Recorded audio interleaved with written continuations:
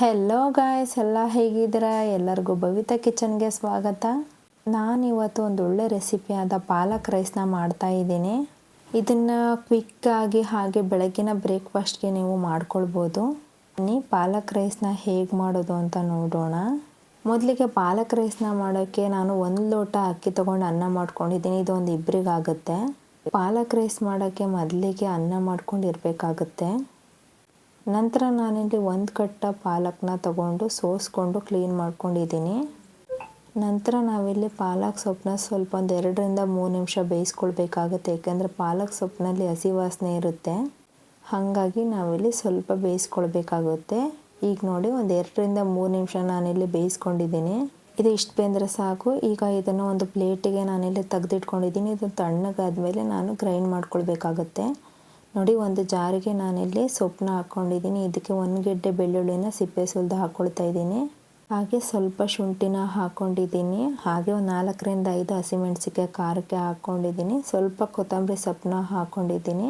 ಹಾಗೆ ಸ್ವಲ್ಪ ಅರಿಶಿಣ ಹಾಕ್ಕೊಂಡು ನಾನಿಲ್ಲಿ ಇಷ್ಟು ನುಣ್ಣಗೆ ಗ್ರೈಂಡ್ ಮಾಡ್ಕೊಂಡಿದ್ದೀನಿ. ಈಗ ಪಾಲಕ್ ರೈಸ್ನ ಹೇಗೆ ಮಾಡೋದು ಅಂತ ನೋಡೋಣ. ಇಲ್ಲಿ ಗ್ಯಾಸ್ ಆನ್ ಮಾಡಿಕೊಂಡು ನಾನು ಒಂದು ಪಾತ್ರೆ ಬಿಸಿ ಮಾಡೋಕ್ಕೆ ಇಟ್ಟಿದ್ದೀನಿ. ಇದಕ್ಕೆ ಒಂದು 2ರಿಂದ 3 ಟೇಬಲ್ ಸ್ಪೂನಷ್ಟು ಎಣ್ಣೆನ ಹಾಕ್ಕೊಳ್ತಾ ಇದ್ದೀನಿ. ಎಣ್ಣೆ ಎಲ್ಲ ಬಿಸಿ ಆದಮೇಲೆ 1 ಪಲಾವ್ ಎಲೆ, 1 ಟೇಬಲ್ ಸ್ಪೂನಷ್ಟು ಜೀರಿಗೆ, 2 ಏಲಕ್ಕಿ ಹಾಗೆ 3 ಲವಂಗನ ಹಾಕ್ಕೊಂಡು 1 ನಿಮಿಷ ನಾನಿಲ್ಲಿ ಮೀಡಿಯಮ್ ಫ್ಲೇಮಲ್ಲಿ ಫ್ರೈ ಮಾಡ್ಕೊಳ್ತಾ ಇದ್ದೀನಿ. ನಂತರ ಇಲ್ಲಿ 1 ಟೇಬಲ್ ಸ್ಪೂನಷ್ಟು ಸಾಸಿವೆನ ಹಾಕ್ಕೊಳ್ತಾ ಇದ್ದೀನಿ. ಸಾಸಿವೆ ಚಿಟಪಟ ಆದಮೇಲೆ 1 ಟೇಬಲ್ ಸ್ಪೂನಷ್ಟು ಕಡಲೆ ಬೀಜನ ಹಾಕ್ಕೊಳ್ತಾ ಇದ್ದೀನಿ. ಇದು ಕೂಡ ಒಂದು ಸ್ವಲ್ಪ ಫ್ರೈ ಮಾಡ್ಕೊಳ್ತಾ ಇದ್ದೀನಿ. ನಂತರ ನಾನಿಲ್ಲಿ 4ರಿಂದ 5 ಗೋಡಂಬಿ ಪೀಸ್ನ ಹಾಕ್ಕೊಳ್ತಾ ಇದ್ದೀನಿ. ಇದು ಅಷ್ಟೇ ಸ್ವಲ್ಪ ಕಲರ್ ಚೇಂಜ್ ಆದರೆ ಸಾಕಾಗುತ್ತೆ.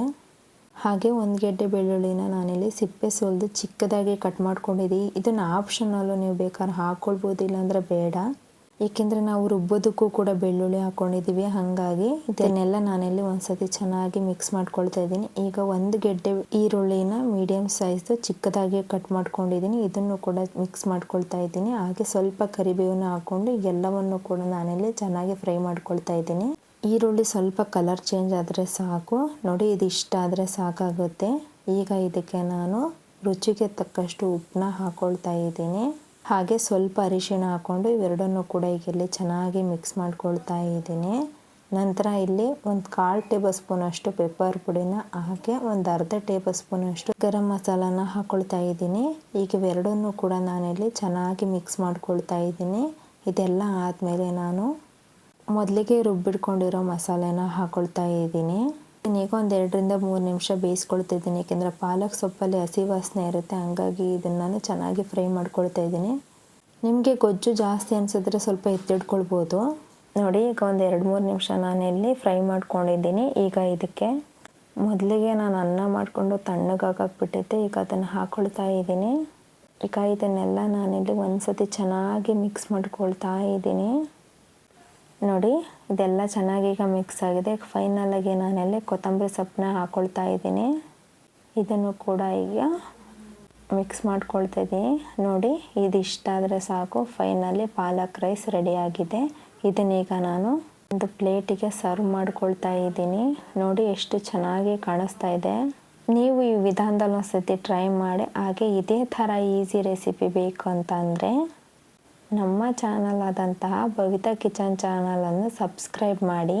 ಹಾಗೆ ಪಕ್ಕದಲ್ಲಿರೋ ಬೆಲ್ ಬಟನನ್ನು ಕೂಡ ಕ್ಲಿಕ್ ಮಾಡಿ. Thank you all.